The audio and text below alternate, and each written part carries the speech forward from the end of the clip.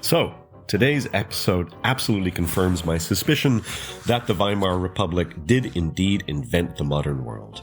Today, I'm interviewing Daniel Brook, the author of a new book called The Einstein of Sex, on the pioneering sexual rights activist Magnus Hirschfeld, whose Berlin Institute of Sexual Science was a huge attraction in Weimar Berlin and was eventually destroyed by the Nazis, and whose theories are so contemporary and relevant to the modern world that often they seem like they could be taken directly from modern debates about gender, sexuality, race, and freedom.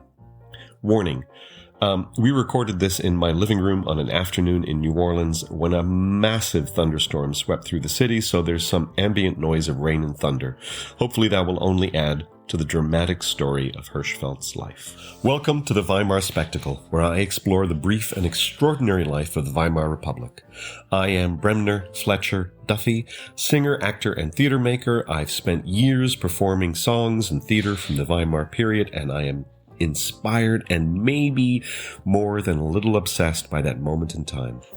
I'll put images for this episode onto my website, bremnersings.com, BREMNERSINGS.com. Go to the Weimar podcast page and you'll see all the episodes there with all the images from the various moments in time in the Weimar Berlin. And as you know, my big, absurd idea for these podcasts is that the Weimar Republic invented everything about the modern world, and we're all still dealing with the possibilities and problems it gave to us. And to prove this possibly unprovable idea, I'll be exploring the arts, politics, science, architecture, social innovations of the Weimar period, and of course, the terrible and irresistible rise of the Nazi Party. So let's get into my New Orleans rainy, thundery interview with Daniel Brook. I try and record everything now because this amazing thing happened with when I did another group podcast with Sarah Brecht. You know Sarah, right? Yes, yeah. I do. And so we were talking about like the influence of Brecht on the world and in history. And she arrived with a box, and she said, "Oh, you might want to see this. This is really cool." And she opened it up, and it was Brecht and his wife's death masks, which she was like, "Oh yeah, I found them under my bed, and I thought, it might be interesting for you to see them." And it was just like, and I forgot to turn the recording device on, and I missed the whole moment, so I'm just leaving it on. I will tell you the only death mask I've yet seen in my life is Magnus Hirschfeld's. Who? Magnus Hirschfeld. Oh wow! Death mask resides in the Magnus Hirschfeld archive in Berlin. In Berlin. Yeah. Wow. Is it Okay, I'll start this again because so I'm sitting here with Daniel Brook, who has written this extraordinary book called The Einstein of Sex, which gets released on May 13th. May 13th. I'm going to put this so it's equally between us. The week of Magnus Hirschfeld Day in the city of Berlin on May 14th, which is Hirschfeld's birthday, but also the day of his death. He dies after a blowout pastry fest at the cafe in Nice. Well, if you're going how we should all go. Yes, right? That's what I was going to say. If you're going to go, you might as well go full of French pastry. Cause of death. French pastry. Millefeuille. Yeah, he sounds like such a remarkable person. Magnus Hirschfeld. Hirschfeld, am I saying that right? Hirschfeld, yeah. Hirschfeld. Yeah. And so I'll start off. I have like 3 questions, and then I have literally filled almost every page with Post-it notes, things to talk about because he's so fascinating. So I'll just start off with like 3 basic questions. Who the hell is Magnus Hirschfeld? And I'll start there. Sure. Magnus Hirschfeld is, I would say, a polymath. I mean, by training, he's a medical doctor. By profession, he's actually a journalist first, and then a medical doctor. But more than that, he's an activist. He's often called the grandfather of gay liberation. He's sort of the West's first gay rights activist, or one of the first gay rights activists. and he is also a social theorist of sexual orientation, gender, and race. And he makes a very compelling argument about all three of these like primary social categorizations. Okay. That's a great summary, and I want to dig into that because I'm going to read a few things from the book eventually. Then there's the you could ask sort of the biographical Magnus Hirschfeld. You know, he's a German Jew born in Kolberg, Prussia, now Kowabjeg, Poland, in 1868 to a family of doctors. Realizes quite early in his youth that he's gay. Leads this fantastic polyamorous queer life that leads him all over the world. Is the intellectual impresario of Weimar Berlin and kind of the sort of missing intellectual linchpin of that whole world that your listeners know so well, but maybe they don't know Hirschfeld that well. Cool. Could I get what drew you to the project? I sort of stumbled across Hirschfeld twice in different museums in different continents.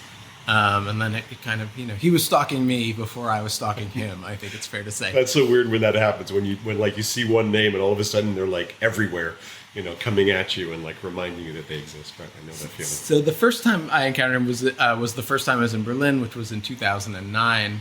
They had a bust of Hirschfeld in the Jewish Museum in Berlin, and a short, plaque of information about him, talking about his gay rights activism, his deep relationship with the Social Democratic Party. And that was a bit of an aha moment. I mean, I'd grown up in a suburb of New York with many, many, Holocaust refugees, actually. Of course, right. And probably had more Holocaust education than most Americans get, and maybe more than was healthy.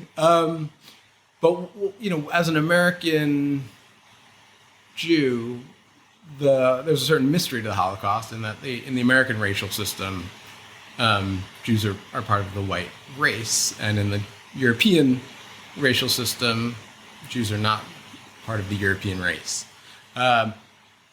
So the coming face to face with this bust of Hirschfeld and sort of understanding who he was in the Berlin Jewish Museum did make me realize to an extent that I hadn't understood before is how kind of intertwined and sort of inseparable liberalism and sort of secular Judaism were in Berlin before the Holocaust, and how a war on liberalism would have to sort of be a war on Jews. Right. So just to define it, so the idea or the idea of the large group of secular Jews, would that idea, that concept, have existed much more than a couple of... Obviously, there were always, people moving from religion into secular life and blah, blah, blah. But would that idea of the secular Jews who were so important to the Weimar Republic and Germany's progression as a scientific nation up to that point, would that have only existed for a couple of generations at that point? That was new. I mean, this was a phenomenon of the Enlightenment, both sort of a pull factor and a push factor is, once at least on paper all citizens are equal and the actual physical segregation of the Jewish community is ended, you do have a few generations of secular, German speaking or French speaking or English speaking as their primary language Jews who become increasingly sort of visible in the larger society and take on more and more visible roles and leadership roles. I should say the second time I ran into Magnus Hirschfeld was in the Mississippi Civil Rights Museum, which was not, it didn't mention Hirschfeld by name, but it did mention that the word racism was not coined till the 20th century. And I just finished writing my last book, which was about what we would call racism in the 19th century. And once I saw this plaque, I was like, well, now that you mention it, right. And I read all these newspaper articles from that period and magazine articles, and they don't use the word racism. They use white supremacy or prejudice or bigotry. So then I decided to look up where racism came from, and there's some dispute, but certainly the first book in the English language called Racism is posthumously published by Magnus Hirschfeld, wow. 1938. And then I thought he sounded familiar, and I looked him up, and I did piece together that I'd encountered him before, but also learned very quickly from the internet that he's much more famous for coining the word transvestite, Okay. In 1910 when he does the first sympathetic study of trans folks. Right. Wow. Yeah. Wow. Those are two such seminal terms in so many ways, and he also coins anti-racism. I understand. He does coin. I think he has a very clear claim to coining the word anti-racism. Okay. Racism, there's some dispute. There's a use of it in French before there's a use of it in English.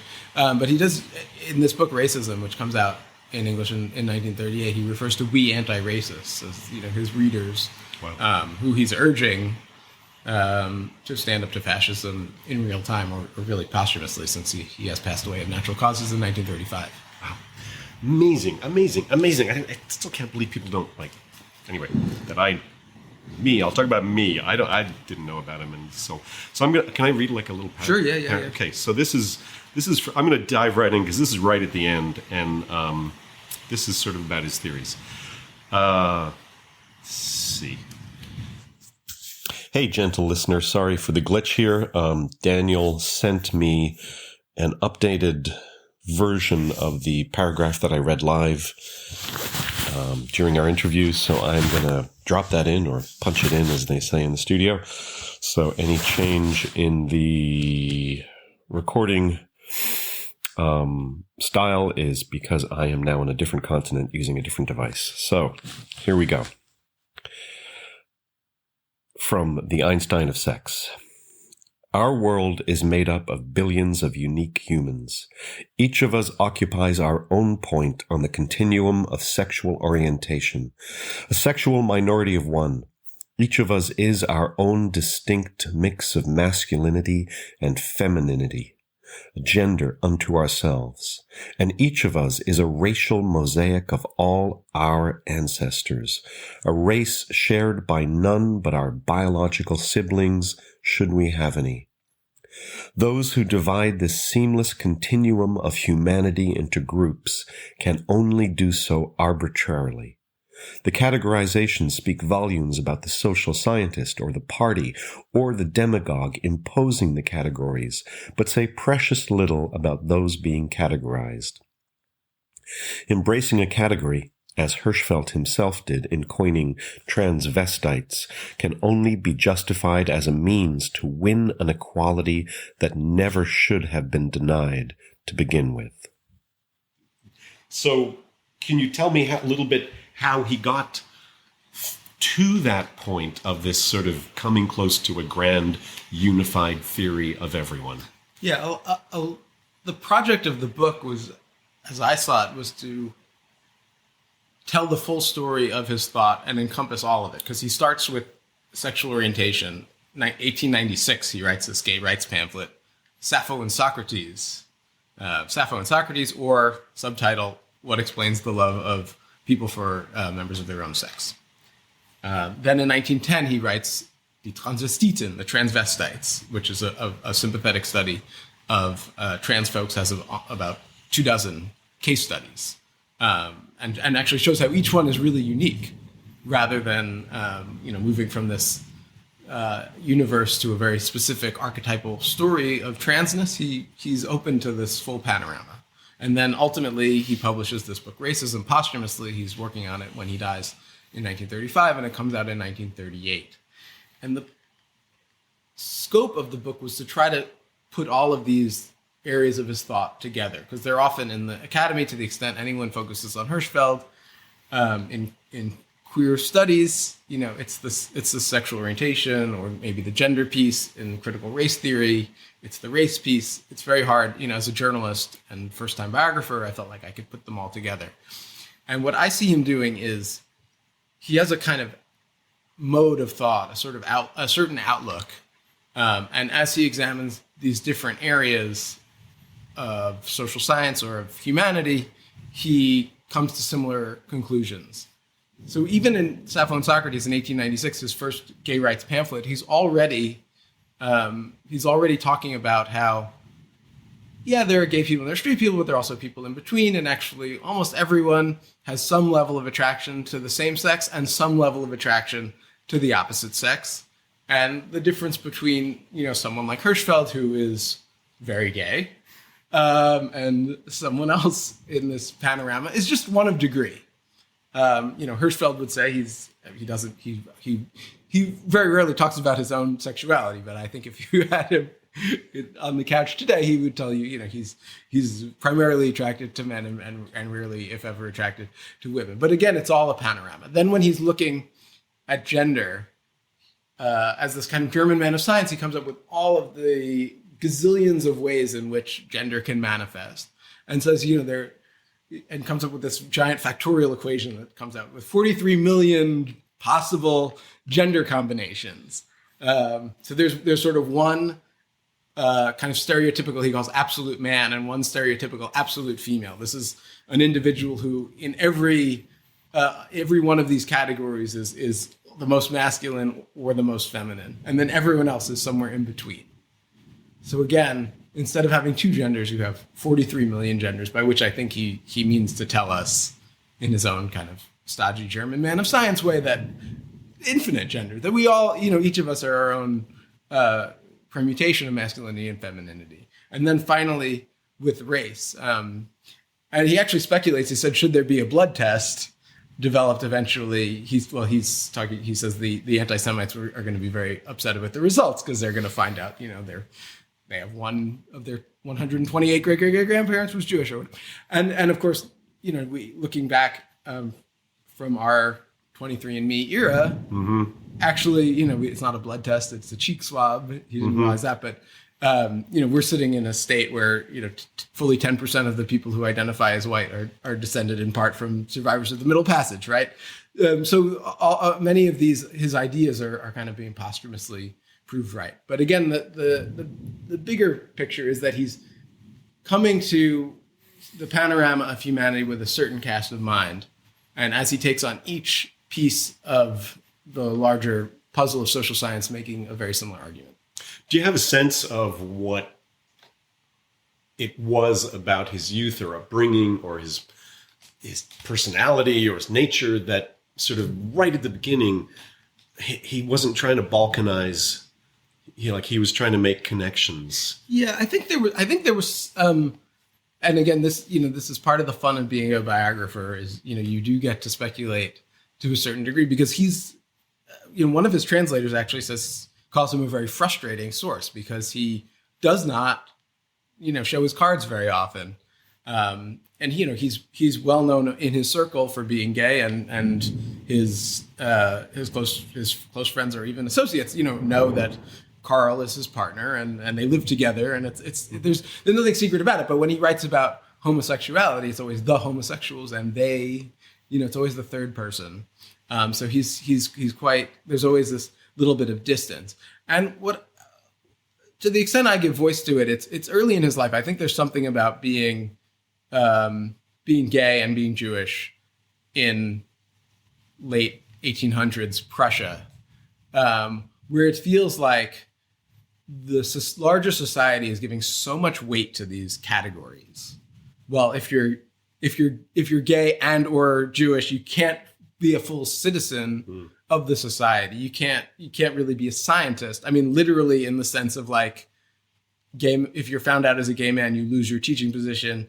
If you're known to be of Jewish descent, you're never going to be a full professor in a university. But but also in a kind of smaller human way of just essentially being told that you can't fully participate in your own society because of these qualities, which I think he ultimately just doesn't think are that important. Like the difference between being primarily attracted to people of your own sex versus people of the opposite sex is just not that big of a deal. It should not alienate you from all of society. And as a secular Jew, I think he understands. I mean, his Jewish identity is very attenuated. Like, I think from what we understand, they basically go to grandma's house on Friday night and have dinner.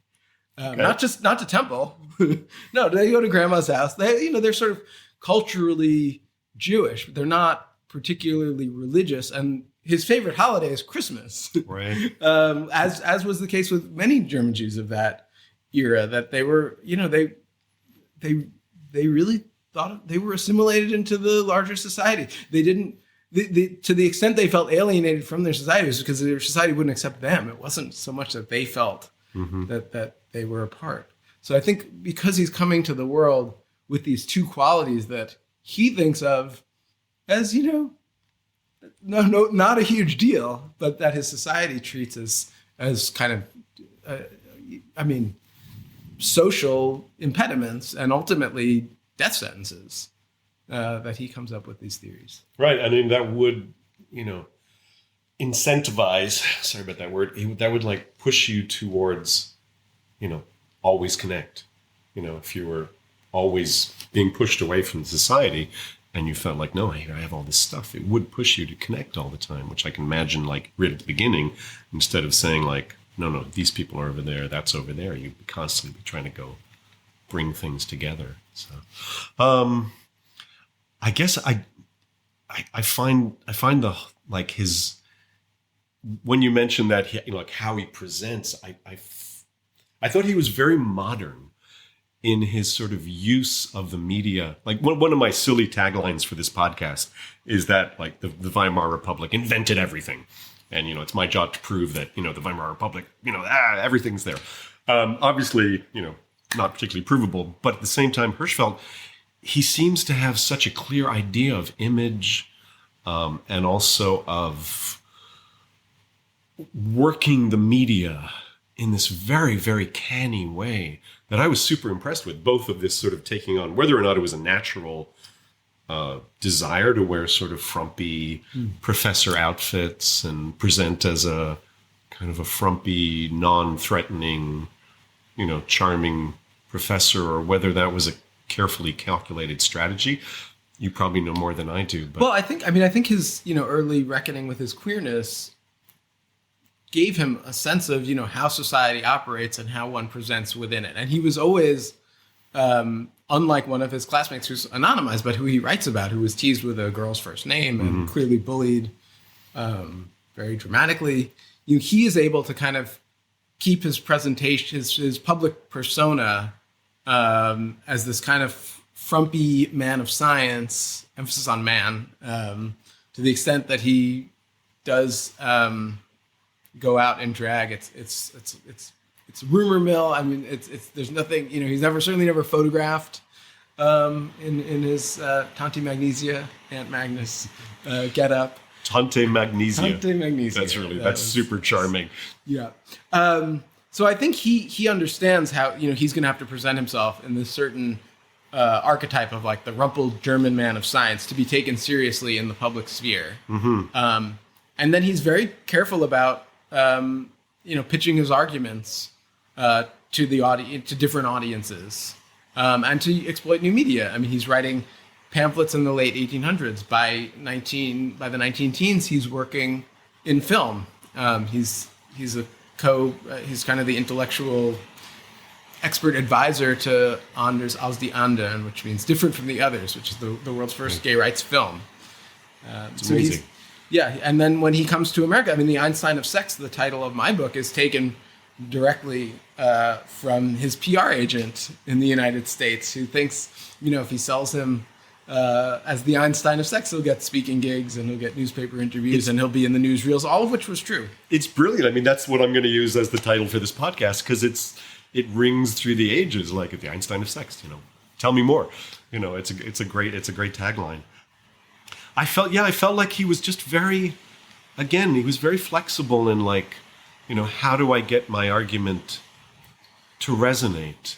Like, I need to take a step towards people, and I need to open up their minds to how I'm going to talk about this, rather than,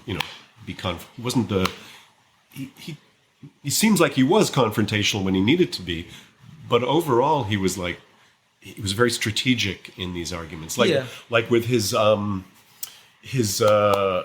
way he essentially, if I'm going to paraphrase this, so you can correct me, that essentially to be gay is to be born gay, essentially. Yeah. I mean, so it raises a lot of, for the biographer, it raises a lot, and for the reader, it raises a lot of interesting questions. I mean, he's very much a proponent of what we would now call the born this way hypothesis, that individuals are born with the sexual orientation they're going to have as adults.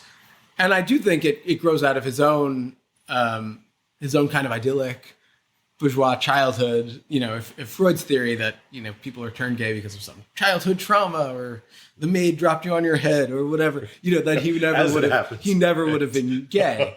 But I also think this born this way hypothesis appeals to him because politically it's a very strong argument. I mean, honestly, it's the argument that probably made gay marriage legal in the United States, right? Is that if this is not a choice, but if this is if sexual orientation is inborn, then it's both cruel but also fruitless to sort of persecute anyone over this. Yeah, and the way you presented that, he would just essentially present that as a scientific fact. And what kind of idiot would argue with a scientific fact? So let's just move on, which you're like, well, that's brilliant, because it leaves all your enemies sort of floundering to then disprove science.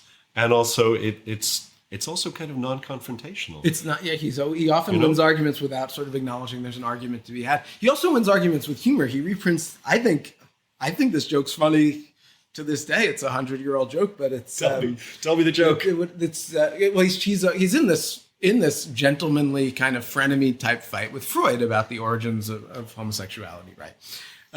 So the joke is, and I'm surely going around gay circles in Berlin, that it was that gay man from Berlin went to Vienna to see all the great psychotherapists and get himself cured, and he comes back to Berlin and he tells all his friends it's worked.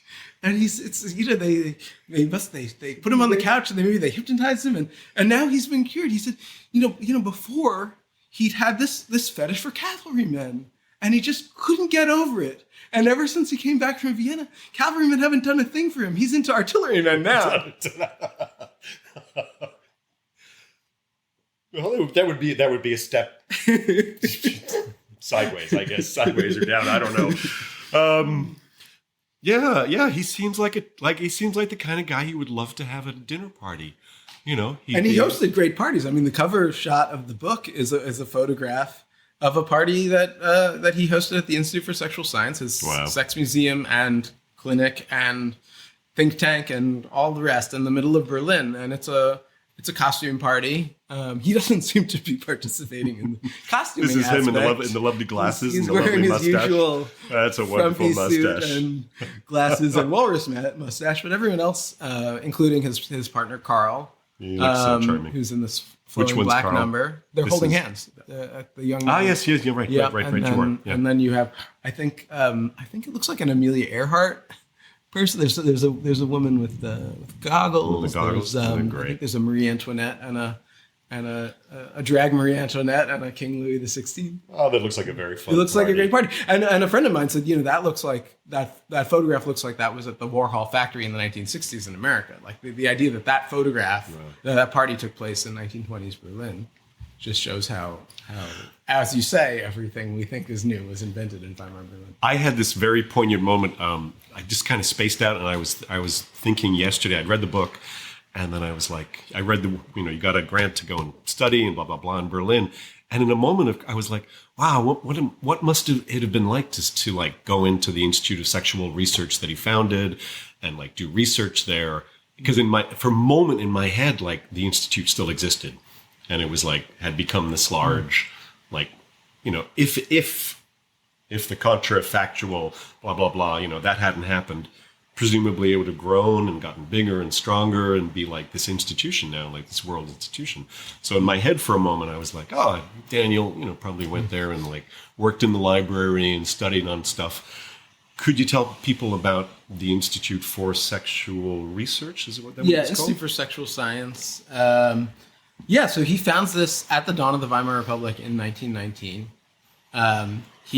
He and with donor grants and ultimately with government funding from the Weimar Republic government, purchases this mansion abutting the Tiergarten, which is the Central Park of Berlin. That's the big one with the big tower in the middle with the pathways. Yeah, it's very appropriate. Okay. I mean, for many reasons. One is that Hirschfeld, unlike Freud, does his psychotherapy, prefers to do his psychotherapy in the outdoors, going for a walk with his Oh, how patients nice. rather than with a couch. Rather than lying backwards on a couch. Right. Oh, that's and then nice. also, because the Tear Garden then, as now, is a kind of notorious gay cruising site. Okay. So he has this... It's all just a stone's throw away. He has this mansion. He gets this mansion on fronting the Tear Garden, and he turns it into the Institute for Sexual Science, which is a multifaceted institution. It's open to the public, and presents exhibitions about sex. I mean, it has the central exhibit is called The Wall of Sexual Transitions or Sexual Intermediaries, which is about how gender and sexual orientation are these continua rather than binaries. And it has things like art by gender nonconforming artists. But it also has things like displays of all the fetishes of the world, including, it has a exhibition on prophylactics that show, all the kinky condoms that are being produced at the era. And all the dildos. And all the dildos. Many dildos. from all over the world. So this is what, bringing the crowds through the door. It becomes it's like the most Berlin thing you can do in Berlin. It's like the ultimate tourist destination, especially during the day, because most of what's fun in Berlin then is in the evenings. So that's what's bringing people through the door. But then there's also a wing that is doing, offering psychotherapy for gender nonconforming individuals, queer individuals, and often, the philosophy is to guide these individuals towards self-acceptance. There's a wonderful little artifact that still exists, which is it's a prescription on an actual written prescription form from Dr. Felix Abraham, who's the head of sort of the chief trans therapist in the institute. And it's like a guy's name and two clubs. It's basically like you should, this patient needs to you need to meet the head of the trans club of Berlin. You need the social organization, and you need to go to these two clubs where trans people, hang out. That's the prescription. Yeah. Wow. So there's this. That's the philosophy, and then there's a surgical clinic where some of the world's first gender affirming surgeries are performed, all within this mansion that's in the heart of Berlin. That's like a stone. That's a 5 or 10 minute walk from the Reichstag, from the parliament of the country. That's a 5 or 10 minute walk from the Lehrte Bahnhof. This is the main train station through which the world arrives in Berlin. Yeah. A stroll from the train station, and you are surrounded by all of the fetishes and dildos and ideas about sexuality that you could possibly imagine. And when it is while it's there people dream about opening it in other countries. But a doctor from New York comes and says, well, I wish we could have this in New York, but Americans can't handle this. Yeah. They can't handle this kind of overt sexuality. And then after the Institute is raided and destroyed in Berlin under the Nazis, Hirschfeld and Karl Giese, his partner, try to reopen it in Paris, but they don't have access to all of the dildos. To be perfectly honest, they don't have the collection. They could rebuild maybe a clinic, they could rebuild maybe a psychotherapy institute, but the museum, which was really the public face of the institution, was not replicable. I wanted to get into his American trip a little later, but I did want to make a point that it struck me in the book was that because there's in Paris there is the Museum of Sex. And I've been, and it's, it's okay, sure, lots of dildos, it's great.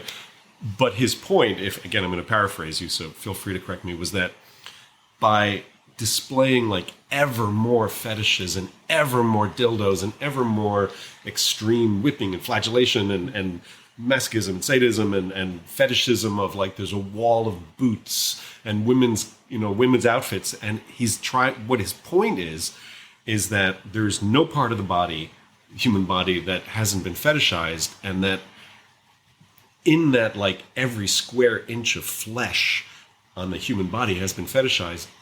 We are all on that continuum of fetishization. Maybe it's maybe it's shoes for you, and for me it's noses, or whatever, but we're somewhere in that line, and that was, it wasn't just about going there and going wow, look at that great big dildo. Wow, that's really creepy. It's everyone's into something. Yeah. We're just it's there to overcome your sense of the gender binary, the sexual orientation binary, but also the kind of like normal freak binary. It's like everyone's got something. Everyone's got something. Yes. And there's a wonderful quote from Hirschfeld that's in the book, which is, like I could look it up, but it's like, every stretch of the body, has some, there's some fetish about it.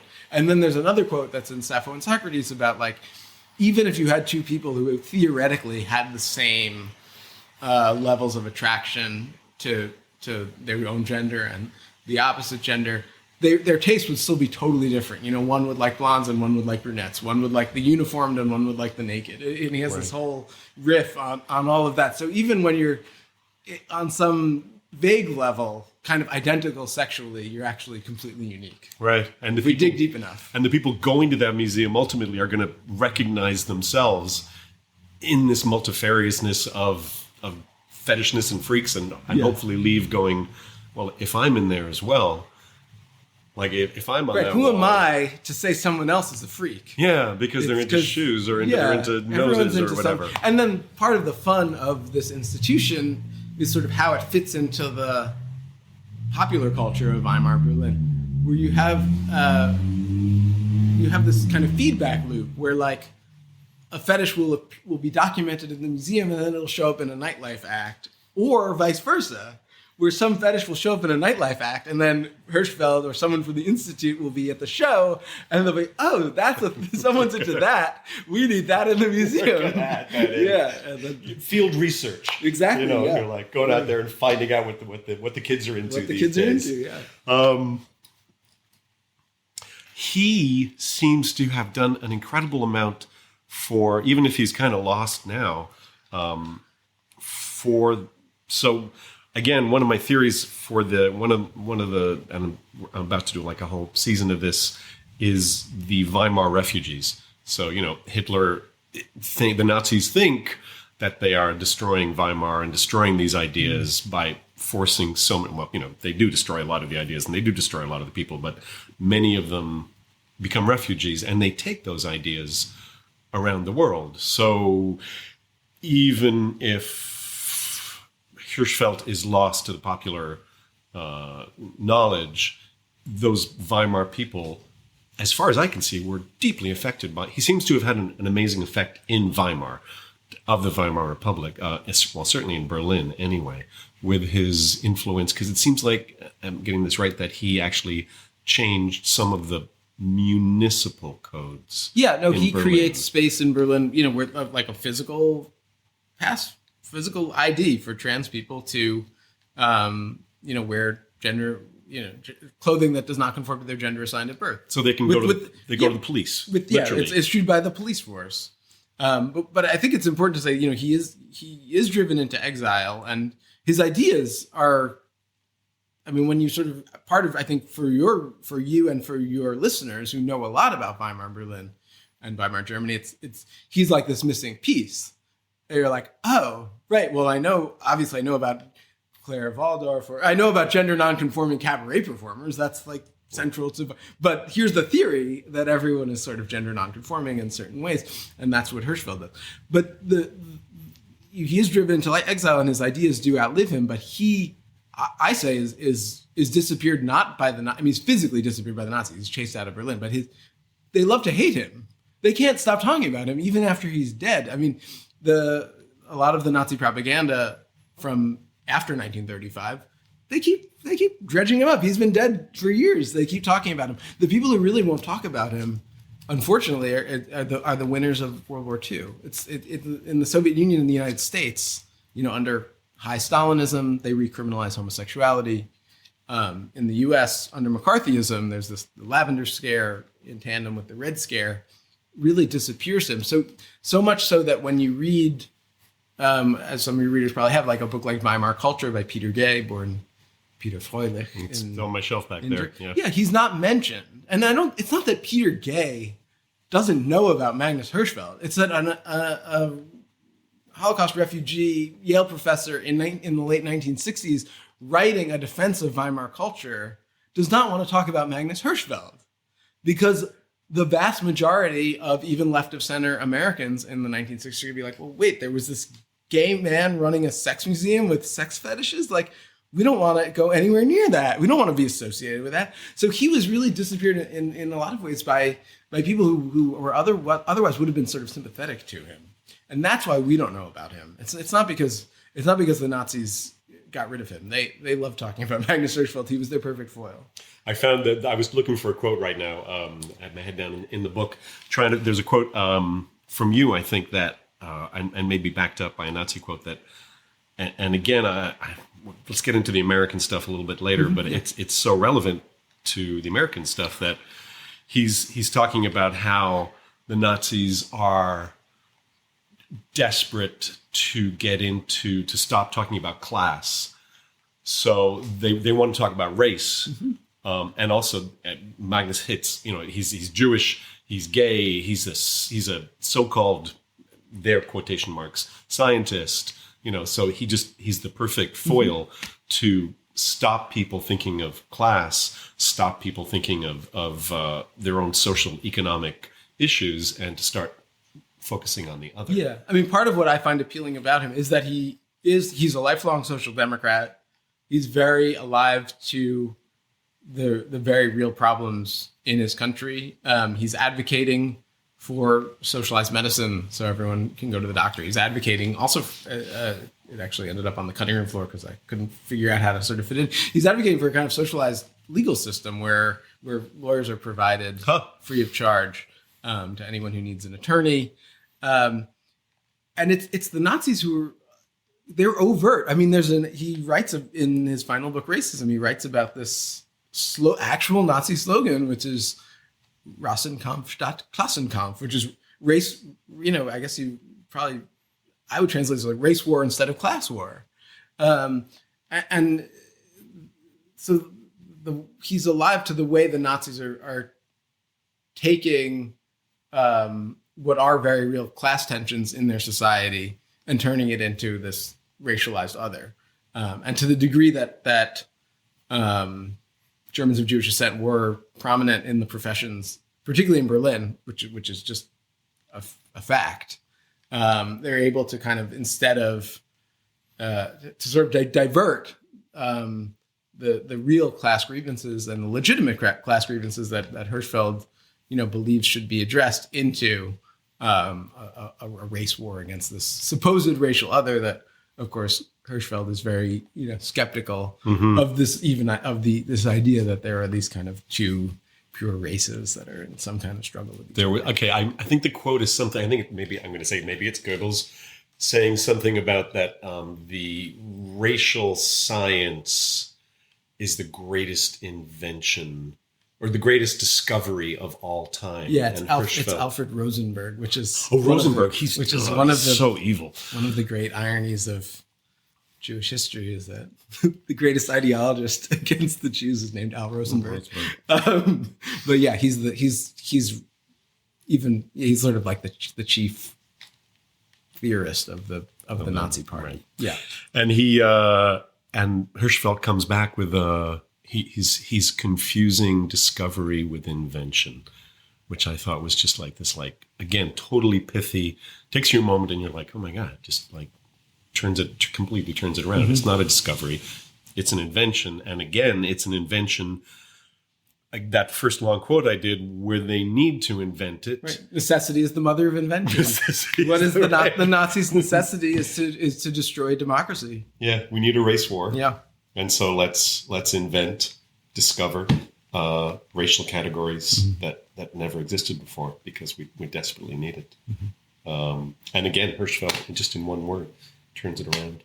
And he's such a wonderful writer. And sometimes he's a frustrating writer and a boring writer because he's a scientist. So he can wear his scientist hat and write a 1,000-page book, about anything, and you're like, okay, 1,000 pages. Do we really need this? But when he wants to, because have you read them all? Yeah, I haven't read them all. I can say sometimes they're, did it have to be 1,000 pages? Homosexuality, men and women. But when he wants to, because he has these journalistic skills, he can just nail a sort of turn of phrase, or tell a joke, or There's one, I think the longest passage in the book that I quote directly, it's like a long block quote, is about the Missing Persons Bureau in the Berlin. Oh, that was beautiful. In the Berlin Police Department. I dog tagged that. And Hirschfeld's whole idea is like Berlin is a city where people go to get lost, or sometimes they get on the, sometimes they're in a top hat and tails when they get on the U-Bahn, and by the time they get off, they're in a evening gown and heels. So he sees the missing. He paints this picture of the Missing Persons Bureau as this kind of synecdoche for the whole city. That the wonder of Berlin can kind of be encompassed in this Missing Persons Bureau, where everyone's sort of trying to find the person who went to Berlin to get lost. I think that any chance you could find it and read it? Yeah, sure. Read it?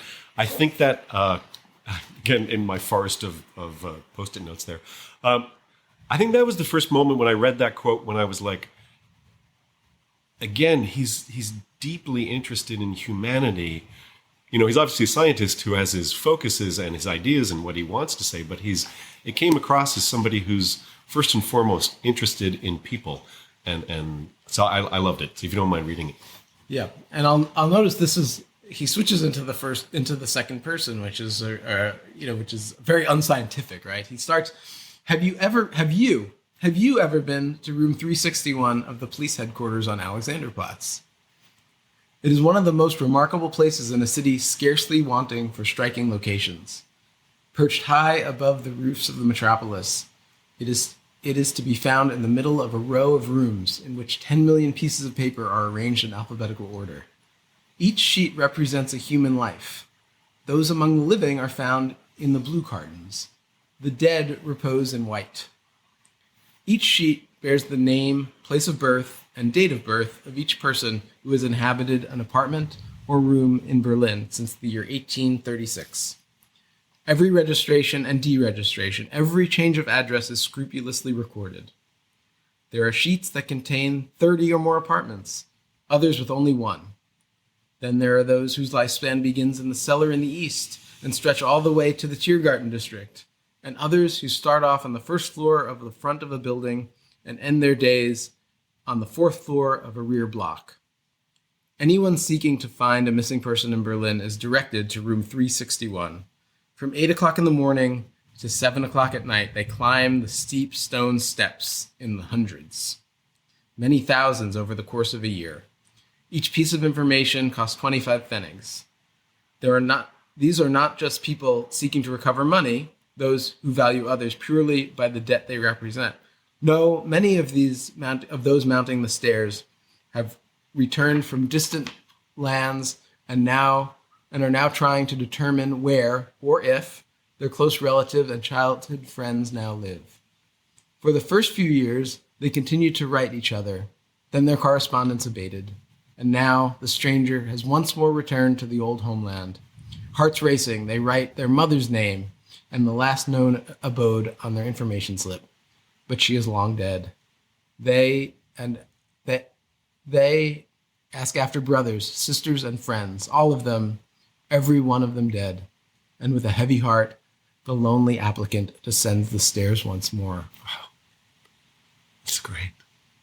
And it's also, again, like the idea of like this continuum of people, like everybody's turning up in this same place, which kind of overlaps with his, like, in the museum, everybody's turning up, surrounded by fetishes and surrounded by like all these, it's kind of this idea of, I don't know, maybe that's too metaphorical, but you know what I mean. Yeah, no. I mean, there's something in his social theory that's so, I mean, I call him the visionary of Weimar Berlin. His social theory is so shaped by and formed by being in this instant city of strangers. I mean, the part of what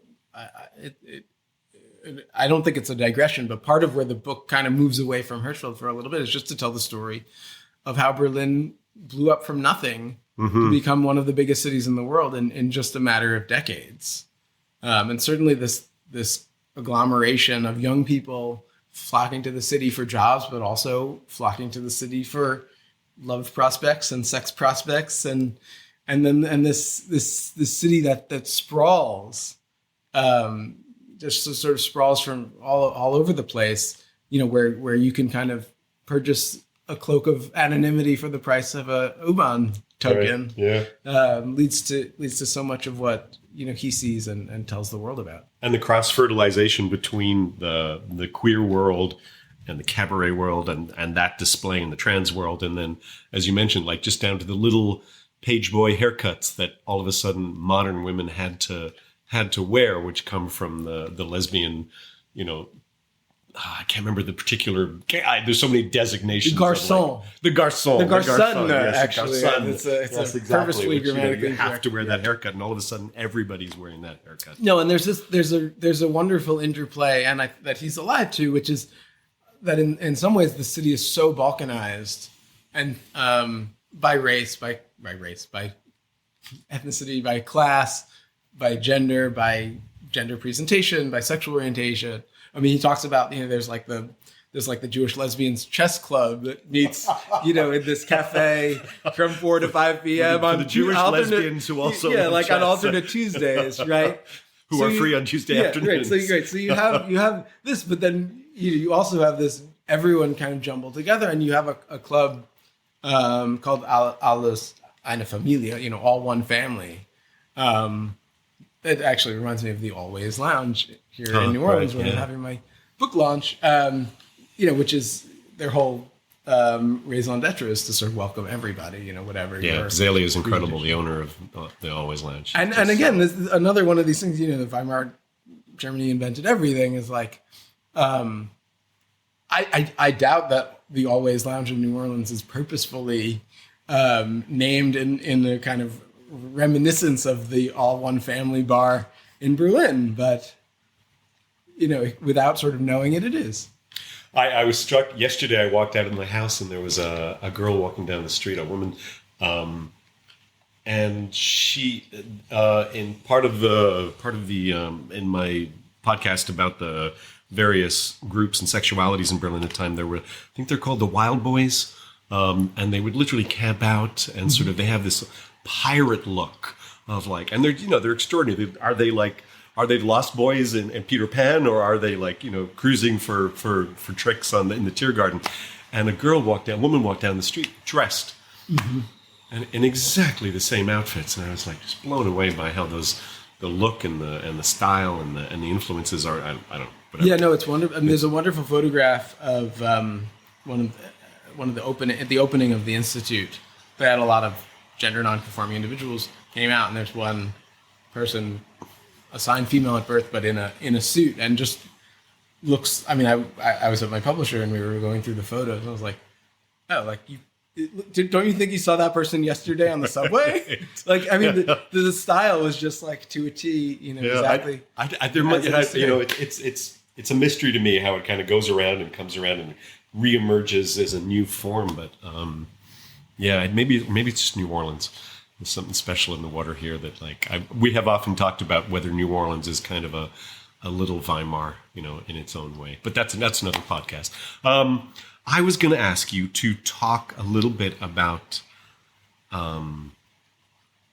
specifically the paragraph 175, and just because it feels important just because he puts so much time and energy into it, and it sort of defined his battle, and then maybe we can talk about his journeys around the world, because those seem, especially, and then get into his American trip, because those seem very darkly pertinent at the moment. So so paragraph 175 is the Prussian and then German anti-gay law that criminalizes sex between men. It's passed when he's a child. It actually overturns the decriminalization of consensual sex under the French Revolution, which extended essentially everywhere, after, when Napoleon marches through Europe, essentially everywhere that falls under French control, at least briefly, has this kind of sexual liberation where consensual sex between adults is legal. Does that also, like, the fact that it's suddenly legal, does it lead to a sort of a opening up of people's mannerisms as well, or it's a little before the period in which I focused, but I would imagine it did loosen things up. I mean, it does seem like it loosened things up in Germany, and then you have this kind of counter counter-revolution that's happening, as in his youth. And repealing paragraph 175 becomes the greatest cause of his life, right? And he founds the Scientific-Humanitarian committee, which is the first gay rights organization, specifically to repeal paragraph 175. It's the fight of his life. He never quite gets there. There's in 1929, there's sort of a compromise to repeal paragraph 175, but to criminalize some other things and change the age of consent. And he actually supports the compromise, and some of his many of his compatriots in the gay rights movement don't. And then the markets crash, and you have fascism, and of course the Nazis strengthen paragraph 175, such that, under Nazism, defendants no longer, first of all, that people can be locked up without being put on trial. Defendants no longer have any presumption of innocence. There's no right to face your accusers in court, any of that. But in addition, there's also, it's criminalized to essentially have gay desire. Basically, like a love letter. Under paragraph 175, you couldn't be punished. You couldn't be incarcerated for writing a love letter to another man. You could only be incarcerated for having proof, of having sex with another man. Under the Nazis, that was considered, a love letter was a violation of this. So they strengthened it, and actually, this paragraph lives on in West Germany during the Cold War until the 1960s. It's not repealed until the late 1960s. In exactly the same form. Not in the Nazi form. It's not. No, not in love letters, but in the earlier. Men who have sex with men, it's a crime. Yeah. Huh. And then, strangely, as Hirschfeld points out, it doesn't say anything about lesbianism. Which is classic, which is bizarre, and actually in some ways makes it a heavier lift to kind of create a broader based queer rights movement, with lesbians at the barricades, with gay men, and so the sort of other manifestations of queer life are legal from 175 is just about sex between men, and sort of wearing women's clothes. Well, that's regulated by a different law. Yeah, there are laws against wearing gender non-conforming clothes outside of carnival time. Okay, all over Europe. These laws exist pretty much all over Europe, and that's where this Transvestitenschein, the transvestite license, where he gets the Berlin police to issue. And they're also issued in Cologne and in several other progressive cities. It sounds so strange, but yet it's so progressive at the time. Gets it out of that. Gets the bearer an exemption from those laws. Right, and if I can just go, because I remember from your book, like one of the things is then you can also change your name if your name is Marjorie and you want to be a truck driver. Obviously, at the time you're not going to get hired in men's clothes with the name Marjorie, but legally then you can change your name, wear men's clothes. Right. Then there's no same gender marriage, but if you've changed your name, then you could, if you're no longer Marjorie and now you're Martin, right, you're likely going to be able to marry Maria, right, when you couldn't marry Maria when you were Marjorie.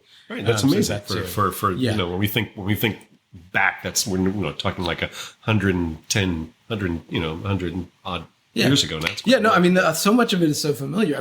He's advocating for gays to serve openly in the military in World War I. This is a debate I thought we had in our country in the 1990s. We seem to be having it. We seem to be having it again. Yes. Yeah. We'll get into that a little bit. Yeah. So how? Okay, I found all that. So I think we've covered his politics, his like the way he shifts. Even though 175 stays in power, it seems that in Berlin, which is sort of the cultural, arbiter for Germany and for the Weimar Republic, he manages to influence the police. It's very stop cracking down. It's very rarely enforced in Berlin under his influence. That's amazing. Advocating with the police force, and explaining that blackmail grows out of the criminalization of because of paragraph 175. You have a much worse phenomenon, which is blackmail, which is rampantly used against gay men, because then it's like, well, I know I have proof that I can send you to jail if you don't start paying me off. And this is especially in his circle of well-to-do bourgeois and aristocratic gay men. This is a classic recurring problem, blackmail. So then so I think we've covered that. We've covered the changes, the Institute for Sexual Science. Let's move on to both the darker ending of the Nazi destruction of the Institute, and then his kind of, he takes 2 trips to America. He takes an earlier trip, which is extremely successful in a lucrative kind of way, and then he goes back. He goes to America as a sort of cub reporter in the 1890s. Covers the World's Fair. I'm conflating and lives in his brother is an immigrant to the United States and lives outside Chicago, and that's where he's based. Then he comes back to America in the early 1930s. This is interesting. This is before the Nazis have taken control of the country, but it's already, because he is so much the sort of public enemy number one, his life is already in danger just from kind of paramilitary groups and street thugs and that kind of thing. He comes to America and has a successful lecture tour, and then keeps extending this lecture tour, hoping this fascist thing will blow over in Germany, and ultimately does not return to his homeland because it's unsafe.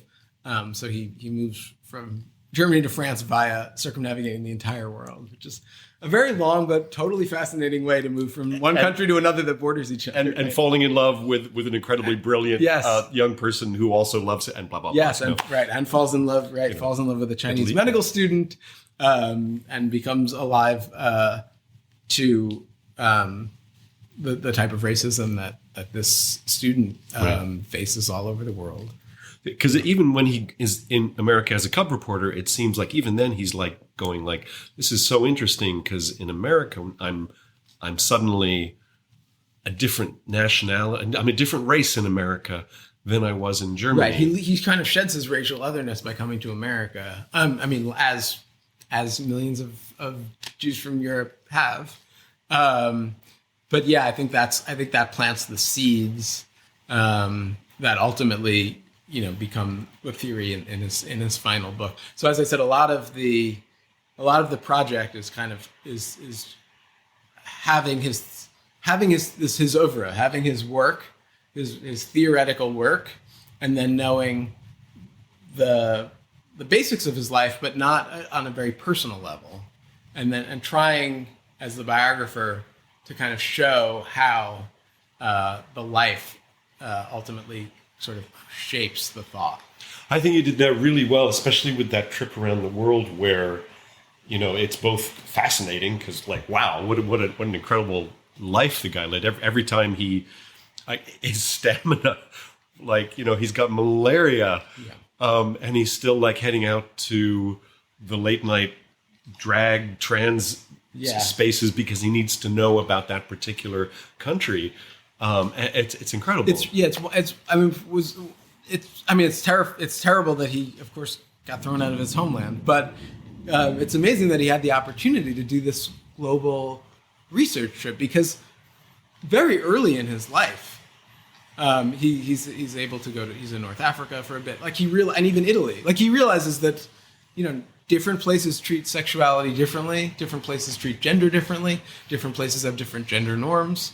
But then when he finally gets this opportunity to go to really wildly different societies from his own, he's able to see examples of all these things that he's read about or even published about in this journal. He has this journal of sexual intermediaries. He has a science journal about sex and gender, and but then he's in Indonesia, which has this trans community, and he gets to go hang out with the trans community in Indonesia. He goes to Darjeeling, which is in India, but way up in the Himalayas near Tibet, and see this matrilineal society where the women, it's polyandrous. The women have 5 husbands, and they do all this. The men do all the scut work for them. They sit around smoking pipes. So he goes to the market in Darjeeling and watches these matriarchs lazing about smoking pipes while their husbands are doing all the hard work. It's of course it's like the polar opposite of what he had seen in other parts of the world. In my head, and whether he's in Shanghai or Hong Kong or Indonesia or Africa or China, he's always in that like tweed. I'm sure he wore like appropriate clothing, but in my head he's like at in Singapore at the Raffles Hotel, and the white suit, in like stumpy. He's very rumpled. I think he understood that to be taken seriously in his time and place, he had to play this kind of role of the impartial man of science, and that meant dressing a certain way, but more importantly, presenting. Performing gender in a certain way and performing masculinity in a certain way. And there are some photos occasionally where you do see a more femme side of him, but in general, it's almost sexless, right? He's almost this like rumpled old man, but he's not, because he's just like, he has this hot 20-something boyfriend traveling the world with him. So, gotta be something going on there. But I feel like he likes, again, that idea of like a modern image. You do the one thing, you get that image and you stick with it, because it seems like he was a rumpled old man when he was 27, and he grabbed it and just, that was it. I think you make a really clear, like, in all these trips, he's extremely, again, like when he starts to be confronted with things about race that he kind of already knows, but he meets them face to face in Shanghai. He meets them face to face in Hong Kong with trying to enter with his boyfriend, and then traveling through the British sphere of influence. Yeah. And we should say the American sphere of influence. He is the American authorities in the Philippines, which is essentially an American colony. When they arrive, don't want his boyfriend to even set foot in the Philippines because of the Chinese Exclusion Act. Yeah. We're both, for anybody's listening, we're both shaking our heads here, kind of going like, oh. Let's get to America, and let's kind of end it there. Maybe we'll touch bases on something more cheerful. But he has very perceptive thoughts about race and sexuality and gender in America, from his 2 trips here, and it seems like they do affect his final book. Do you think the book Racism? It's just called Racism? It's called Racism, yeah. Do you think it had any like ultimate, effect in America in sort of the conversation about race? Or was it so peripheral and so, was he so sort of, put aside at that point that it didn't make it into our conversation? I that's a good question about its reception. It very much takes on the American racial system and the South African racial system, and the German Nazi racial system. Spoiler alert, it didn't work. It didn't prevent Nazism, it didn't prevent millions of racist murders. And it didn't end Jim Crow, and it didn't in America, it didn't end apartheid in South Africa. But did it add to the conversation in any way, or was it pretty much a book on an academic? Yeah, shelf? I don't think it. I think in part because he was dead, and it was published posthumously. I don't think it had the same impact as some of his earlier works. Okay. By the end of his life, like The World Journey of a Sexologist, which is the book that he writes, which is essentially his travelogue, that comes out in English and German simultaneously. That feels like a major release. Whereas the racism book, I don't think it got the same amount of attention. It's best known really for being the first book in the English language that uses the word racism. That's right. But actually reading it, I think it's incredibly precocious, and actually I think anticipates or a lot of thought of James Baldwin, a lot of thought of Ta-Nehisi Coates, a lot of thought of a book like Racecraft. A lot of the theory of social construction of race.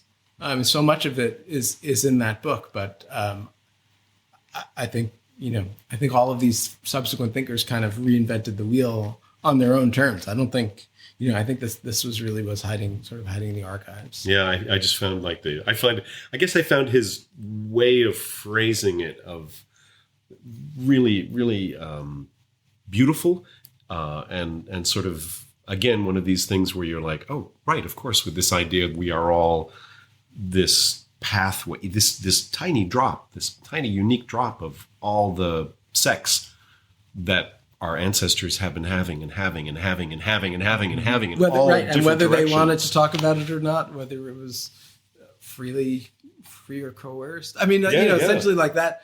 And I think because he has so much wisdom about race, because he's done all of this research earlier in his life about sex, and ultimately I think one of the reasons he thinks the United States has such a messed up racial system is because, we had, unlike, say, Berlin, when the doctor from New York goes to Berlin, it's like, well, I wish we could open this in New York, but we never could because Americans can't talk about sex. Right. They still can't. That there is, it's a little bit of a chicken and egg thing, right? It's like, can Americans not talk about race because they can't talk about sex, or can they not talk about sex because they can't talk about race? It's like, or we, I should say, I'm an American. But I think he's alive to all of that. Right. There's a tragic story of the guy who, inspired by it, starts to a slightly academic journal in Chicago, I think it is, and manages to call it Friendship, and manages to get two editions before he's essentially like his life is basically just destroyed to the extent that anyone with power can destroy it. He loses his job. Right. He's disgraced. He has to leave town. And I mean, we're not talking like, explicit pornography here. We're just talking sort of a positive gay... It's just a positive gay publication. Gay publication. Yeah, and he's literally like, stormtroopers at the door, kicking down the door and destroying his life. And it's remarkable. And it should be said that, he's a German immigrant himself. He's stationed in Germany in the U.S. Army after World War I. He's explicitly inspired by Hirschfeld. I mean, he goes to Berlin and sort of discovers gay rights because he's been told his whole life, there's something wrong with you and the doctors are going to cure you and all of this in America. And he's like, oh, wait, it doesn't have to be this way. Yeah. And then he does his best to bring these concepts to America, and his life is destroyed. Do you think without, I try as much as I can to like let the Weimar Republic speak for itself without doing too much editorializing when I'm like staring at the newspapers today and going like, oh my God, it all seems so familiar. But at the same time, do you have any thoughts about reflections that he has for what's going on right now in America? Yeah, I mean, it's been worrisome to me and sort of surprising to me how, I know history rhymes, but to the extent it's like direct, to the extent we're getting like direct quotations is really scary. I mean, there's a right-wing newspaper that I quote, from Germany in like the early 1900s. There are only two sexes. The third sex is an invention of perverted minds. I mean, the president's inaugural address, the federal government will hereby recognize only two genders, only two sexes. I mean, there's an, his idea that, race is not a discovery, it's an invention. It's in an executive order against the Smithsonian that they've been, that raking them over the coals for an exhibit that suggested that race was socially constructed. The race was a human invention. Direct quote from the Smithsonian, which is a direct quote, I'm sure, without knowing it, from Magnus Hirschfeld from almost 100 years ago, is being called out by the administration. And the degree to which tearing down a democracy requires a kind of bait and switch where some, conjuring some racial other or trans minority group philosophy. That the majority can hate as a way to destroy the whole system. And also to, as that quote earlier, class, not class war. If they can get, if people's minds can be taken away from class issues of work and just issues that they're dealing with in life and be directed towards another. Then it's a very effective way of changing the conversation. Very terrifyingly effective way of changing the conversation. Yeah, right. You're not falling behind because working class people have gotten a raise for 50 years in this country, but you're falling behind because of these immigrants are taking their jobs. You're not falling behind because the 1% has everything. Yeah. You're falling behind because of woke philosophy and other issues, which is worrying. I hadn't put the presidential, like the first presidential statement with side by side with that. That's another worrying thing. And I mean, is there any better illustration? I mean, the other thing is the demagogues who are on gender are there better examples of are gender nonconformists, right? I mean, it's the would-be dictator who won't appear on television without his drag queen pancake makeup, right? And then there's Nancy Mace in the House is the leading transphobe. She's also the first female assigned at birth graduate of the Citadel, right? That is her claim to fame. So you gotta wonder, like, what is going on? I mean, these people are deeply gender nonconforming, right? What was going on when she was playing with the toy soldiers as a 4-year-old, and what was Daddy telling her about what she could be? And it's just you just see, if people could just accept that we're all on different places on the spectrum, we would be much healthier people. We would be much healthier society, much healthy. I mean, and again, that's why I think the book is, for me, it managed to articulate.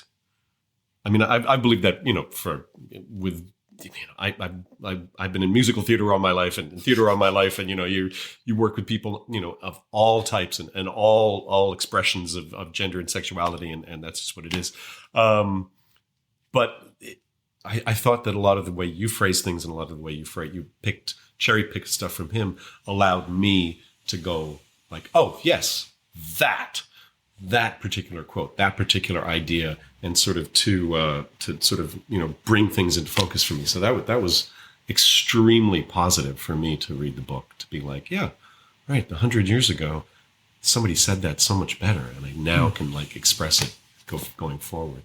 So it was great.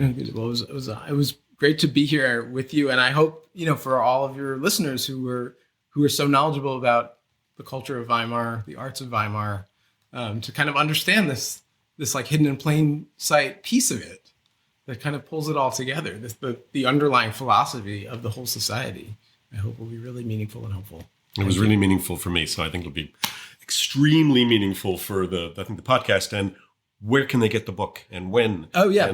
You can pre-order it from your local bookstore or any of the online behemoths right now.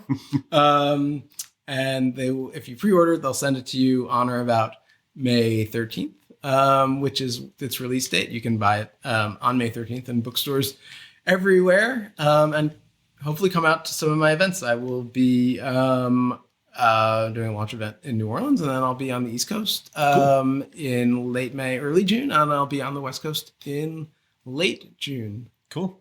Right, in bookstores and universities, and I'll be in some universities in the fall once they start, if they're permitted to reopen. If they're permitted to reopen, I'll be doing some campus events. And also, I can just say that it's a really there's all the information and all the background and all the scientific information and the theories, but it's a really great biography of it's just like his life is fun. His life is it's super fun. I mean, I was quite jealous. He's in the best clubs in Berlin. He's in this queer throuple, and and whenever he gets going around the world. Whenever he gets to a new country, he's like that evening, he's in the coolest, strangest, most interesting bars, hanging out and accepted by like these people on the edge of society. I was like, I went to Hong Kong. I didn't have such a good time as he did. So yeah, it's a really cool book. So Thank you very much, Daniel. Thanks for your conversation and your time. Thank you. So Daniel Brook,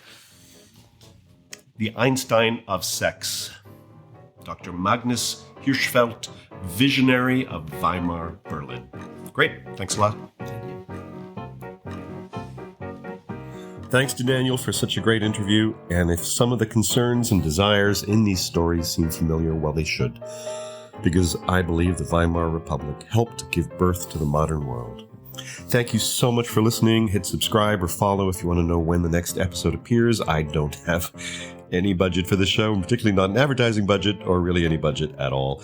I'm just some obsessed singer repurposing an old microphone. So if you leave a review on your app or hit the star button or whatever your particular device has, it encourages the podcast to be found by other listeners. Or if you forward a link to a friend, that'd be great, because it'd be nice to have this information out there in the world. And I hope you'll join me in the coming months as I explore more about the strange birth, life, and death of an experiment in creating a new society. And who am I to discuss the Weimar period? Well, I am not a sociologist, a political scientist, or an historian. I am an obsessive artist, a singer, a playwright, a cabaret performer who's been obsessed with the arts and the music of the Weimar Republic all of my life. I have recorded 3 albums dedicated to the music of the time, particularly the music of Kurt Weill and Bertolt Brecht. If you want to listen to them, just search for Bremner, Fletcher, Duffy in any music streaming app, and you'll find all my albums. And if you want to know more about my work, see the images from this show and from the period, or even suggest a specific Weimar subject for an episode, check out bremnersings.com, BREMNERSINGS.com, bremnersings.com. Join me next time for another walk through the amazing creative madness of 1920s Germany.